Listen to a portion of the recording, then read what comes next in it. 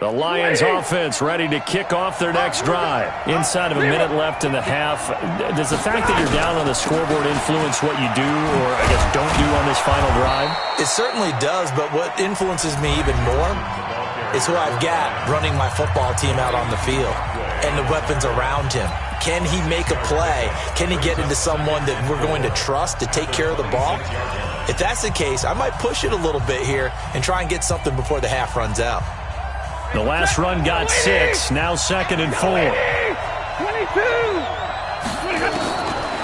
Now Stafford.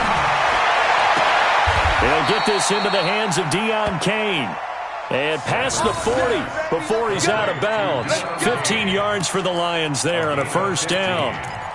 And the Lions first down.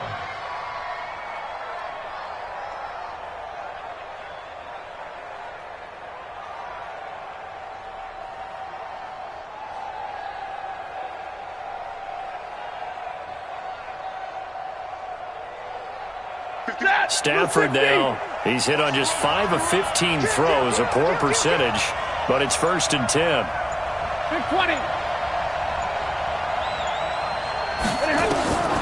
The shotgun snap for Stafford. And he'll be taken down, but not before he works it past the 50. And the Lions quickly now going to use the last of their timeouts, as they'll stop it with 17 seconds to go in this first half of action. 21. Hey, Steve 6. Stafford on first down. He'll let this go for the end zone. He's got his man. It's caught for a Lion touchdown. Corey Coleman, as the first half is winding down, and the Lions have taken the lead. Extra point good by Prater, and the decision to just kick the extra point winds up successful. After the touchdown, out is Prater to kick. This is taken at the 3. And his guys will get the football right at the 20-yard line. First and 10 at their own 20-yard line.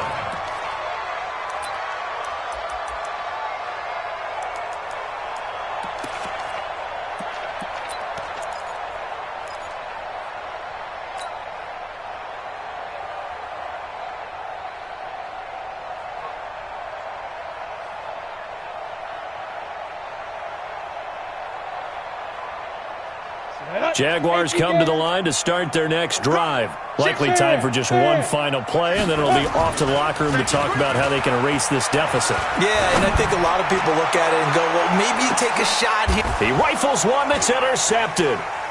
Picked off by Justin Coleman.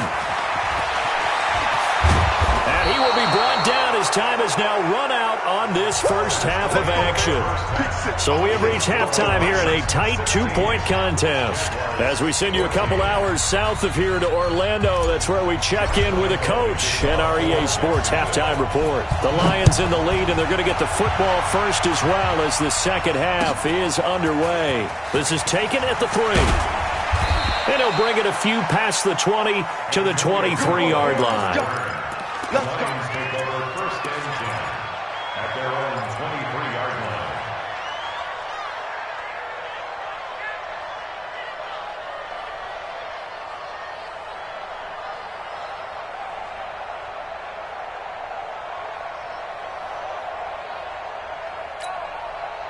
The Lions offense ready to kick off their next drive. We have not seen much on offense here from either side these last few drives.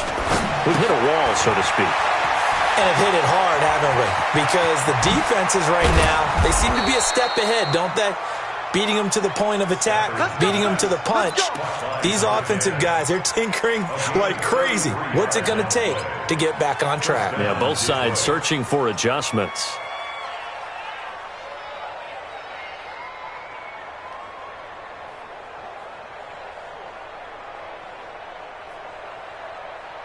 So the big play gets him across midfield now for first and 10. Out of the gun, Stafford. Pass incomplete. He released that awkwardly. It almost looked like a pitcher who gripped his fastball a little too hard and let it go late, and it bounced in front of the plate. Yeah, one of those fastballs that ends up at 57 feet, not 60 feet, 6 inches. Just a little short with the arm, which is unusual because we saw him in warm-ups. He's got a big, strong arm when he delivers it with confidence. On the draw, they go to Geis.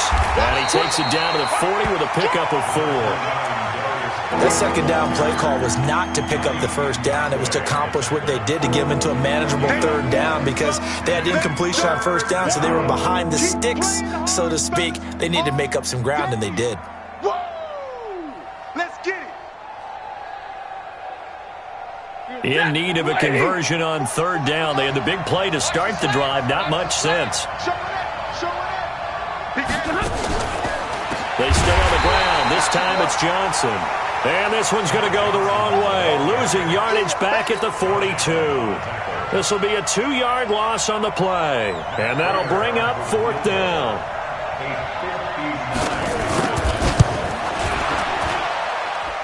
And his kick is absolutely perfect. And that will push the lead up to 5. Well, looking at it from a defensive perspective, that keeps the deficit very, very manageable. You know, all things considered, not a bad job on the defensive side. I would say that you pointed out something pretty good right there, and that is you actually have both sides happy with that exchange. You know, happy in quotes, of course. One team, hey, we've kept it within range. The other side saying, hey, we put points on the board and did stretch out the lead. Let's see how this one turns out. Yeah, still bottom line, though, 3 points for the opening drive of the third quarter. Let's go. The Jacksonville offense set to begin their next drive. They're down in this game. A chance for the offense, though, to put something on the board, get some momentum here in half 2. Try and get things kick-started for them. And you know, at the half, they discussed how they were going to get that done. This is where scripting comes into play a lot of the time. How many plays do you script coming out of the second? Most of the time in the first half, you're scripting 12 to 16. I think in the second half, you're really scripting more like 8 to 10. Kind of a starter or an opener, whatever terminology they use. Just something to get you off to a quick start. The run only got a yard. Here's 2nd and 9. Let's get off the field, D. Let's get off the field, D. Let's go. On 2nd down, Minshew. And on the left sideline, he caught it, but out of bounds, according to the head linesman. Incomplete, so the ball a little late getting there, and it's 3rd down. Throwing the football, he's not as sharp as he was last week when he was over 70%. Right now, he's under 50%. Well, that comes from extra game film, extra time. You know those guys watched him all week, saw how precise he was, and constructed a defense to try and chip away at that, and thus far they've been successful. Minshew sets to throw. And Eifert has it.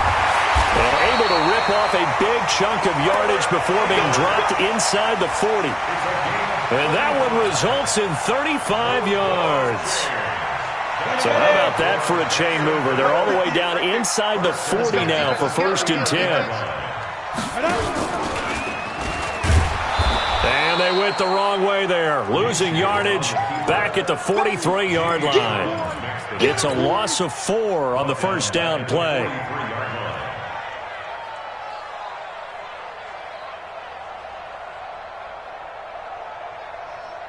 On the set. Mike 51. You ready? Hey, Echo. Let's go, baby. Get it.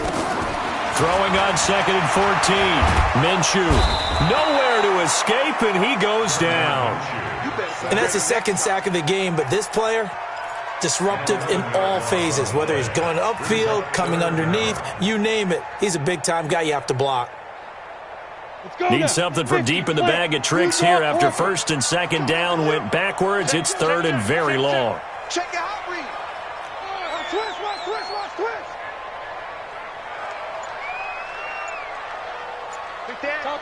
Topper. Ready. From the gun, Minshew to throw. He's going to let this go deep for Lee. This is caught inside the 15. Touchdown, Jaguars. Marquise Lee, his 2nd touchdown on the season. And once again, the Jaguars are back out in front. So the Jags will keep the offense out there as they'll decide to go for 2. They will run it. It's Fournette. And he'll get into the end zone to push the lead up to a field goal. So they make the decision. They want a 3-point lead versus a 2-point lead, and they got it. Yeah, at this stage of the game, it seems like the exact right thing to do. Put a little pressure on your defense, but the biggest thing now is you're making the other team chase you. And he'll take this up past the 20 and down at the 22-yard line. The Lions take over first and 10 at their own 22-yard line. The Lions offense ready to kick off their next drive. And after the field goal last time, see what they can get here. At least they got points out of their last drive, Charles. I've never met an offensive coach that didn't want to drive to end with a kick. Most of them want to end with a PAT, right? In this case, a field goal, they'll take it. Way better than the alternative, which is a punt. Yeah, but you met fan bases that wanted that, that weren't happy with that field goal. I haven't met a fan base yet that wants to drive to end with a kick other than the extra point. That's it. So the line of scrimmage moves all the way across the 50 now as they come up first and 10. 40 got. From the gun, here's Stafford. And that is incomplete. He couldn't hold on through the contact. Brings up second down. That would have been a great catch, but it's real difficult to hold on to it because it was contested all the way. Would have been a great play if he'd been able to haul that one in. So after the incompletion on first, now second and 10. On the ground, this is Johnson. And he's got this down to the 35. Would you say this offense is locked in right now? They're having no trouble on this drive. What is it, 3 plays, 3 first downs? Yeah, you talk about on the march. They keep this up, they'll get to that end zone real fast. You can just kind of sense the momentum turning here. It's first and 10. Drill right, 22.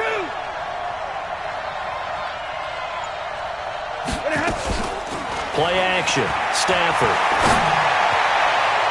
And nowhere to fit that football in. It's knocked away and incomplete. The intended target was Corey Coleman, but it'll be second down. It's always a battle. Who's going to win on first down, the offense or the defense? Let's face it, if you've got the ball, 4 yards or more on first down is what you're aiming for. They tried to throw for it there.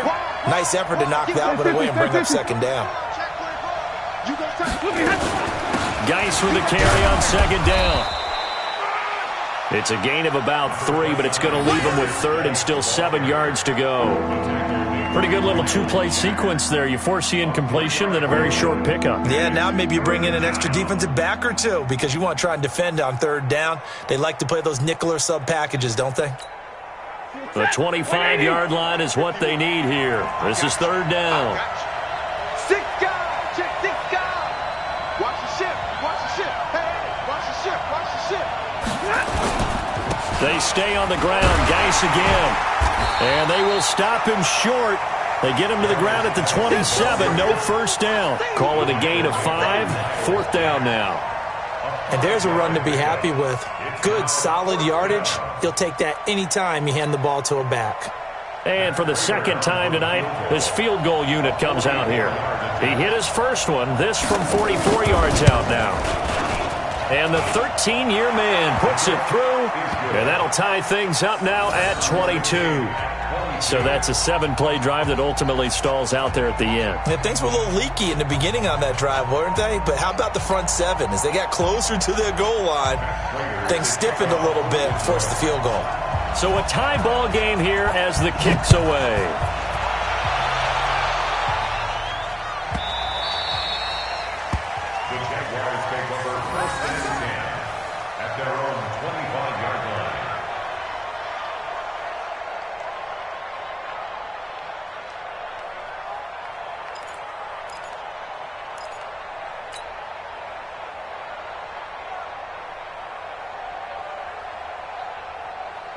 Jaguars come to the line to start their next drive. Good drive last time. Really effective passing the football. Do you maybe mix it up, now go to the ground game and surprise the defense a little bit? I would anticipate the defense making some changes, but I wouldn't necessarily just absolutely go in the opposite direction. They're doing so well throwing the ball. Yeah, why? I wouldn't change it up until they showed me a reason to do so. The last play got just a yard. Here's 2nd and 9 from the 26. Back now in Jacksonville. All even as we get ready to start the 4th.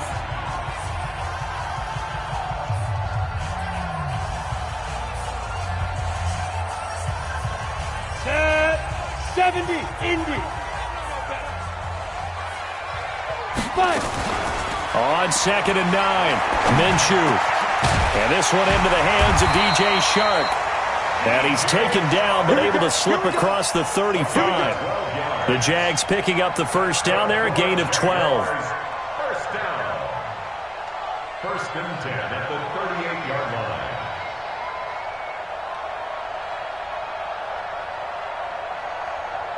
Both teams working on short rest, but this has been one of the better Thursday night games we've seen as they come up here on 1st and 10. Fournette on the counter, and that play went nowhere. Losing yardage, it'll be back at the 36. It's a loss of 2 there, bringing up 2nd down. 2nd and 12 at the 36-yard line. Down. 60 outlaw. You gonna see me in your nightmares. Hey, high 7. Yo, cut. On 2nd and 12, Minshew. And this one incomplete. Too much contact.